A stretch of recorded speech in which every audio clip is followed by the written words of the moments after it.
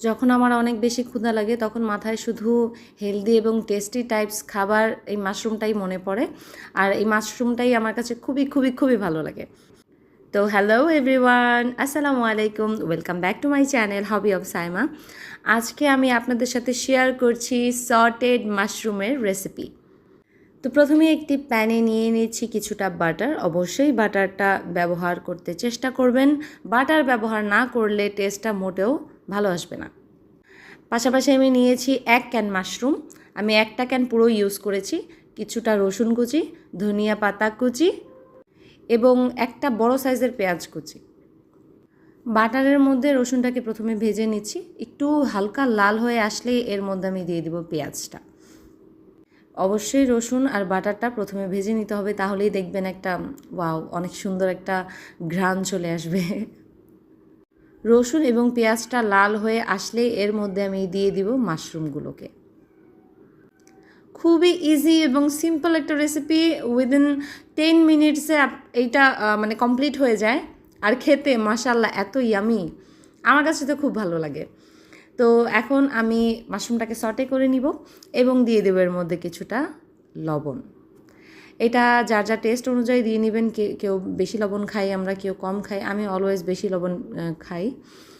তো এখন মাশরুমটাকে একটু নেড়ে চেড়ে ঢেকে রেখে দিব 5 মিনিট।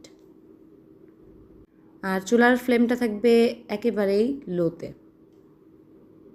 গোলমরিচটা অ্যাড করতে আমি ভুলে গিয়েছিলাম, তো উপর থেকে এখন ঢাকনাটা উঠিয়ে গোলমরিচটা দিয়ে একটু নেড়ে দিচ্ছি। আর এই গোলমরিচটার পরিমাণ ছিল হাফ চা চামচের থেকেও একটু কম, মেবি 10 থেকে 12টা পরিমাণ আমি আস্ত নিয়ে তারপরে আধ ভাঙা করে নিয়েছিলাম আর কি। তো 5 মিনিট পর আমি ঢাকনাটা তুলে দিচ্ছি। দেখতে পাচ্ছেন আমার মাশরুমটার গায়ে কিন্তু লাল লাল মানে দাগ চলে আসছে, মানে ভাজা ভাজা একটা দাগ চলে আসছে। তো এই পর্যায়ে আমি এর মধ্যে অ্যাড করে দিচ্ছি ধনিয়া পাতা কুচি। তো এখানে প্রায় 2 টেবিল চামচের মতো ধনিয়া পাতা ছিল। ধনিয়া পাতা যদি না খেতে চান তাহলে এটাকে সম্পূর্ণ স্কিপ করে দিতে পারেন। তারপর আমি এখানে ইউজ করছি মিক্স হার্বস, যদি এটা না থাকে তাহলে অরিগেনোটাও ইউজ করা যাবে। এটা দিলে আর কি একটা খুবই টেস্টি একটা স্মেল আসে। তো আমি হাত দিয়ে একটু ভালো মতো গুঁড়ো করে মানে ডলা দিয়ে তারপরে দিচ্ছি। এবার ভালো মতো একটু নেড়ে আমি ঢাকনা দিয়ে ঢেকে রেখে দেবো আরও 5 মিনিট। আজকে রাতে আর কেউ ভাত খাবো না আর কি, আমি খাবো এই মাশরুমটা, আর আমার স্বামী এবং বাচ্চারা খাবে দেশি মুরগির ডিম। তো আমি বয়েলড করতে বসিয়ে দিচ্ছি। দেশি মুরগির ডিমটা সাইজে এতটাই ছোট যে আমার বাচ্চারা দুইটা দুইটা করে খেতে পারে, কোনো প্রবলেমই হয় না। 5 মিনিট পর ঢাকনাটা খুলে একটু নেড়ে দিচ্ছি। তো টোটাল 10 মিনিট পর দেখতেই পাচ্ছেন মাশরুমের যে সাইজগুলো ছিল সেগুলো কিন্তু আরও ছোটো হয়ে গিয়েছে। আমি যেহেতু অনেক বেশি মাশরুম ফ্রিক, আমার মাশরুমের যে কোনো রেসিপি খুবই ভালো লাগে, তো আমার মনে হয় একটা ক্যান একজনের জন্যই পারফেক্ট। ঘরে থাকা কিছু অল্প উপকরণ দিয়েই আমি খুবই হেলদি এবং টেস্টি সটেড মাশরুমটা তৈরি করে ফেলেছি।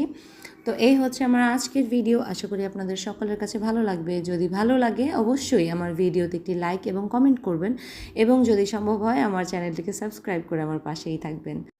আজ এই পর্যন্তই, কথা হবে নেক্সট কোনো ভিডিওতে। ততদিন পর্যন্ত সবাই সুস্থ থাকবেন, ভালো থাকবেন এবং আমার জন্য দোয়া করবেন। আল্লাহ হাফেজ।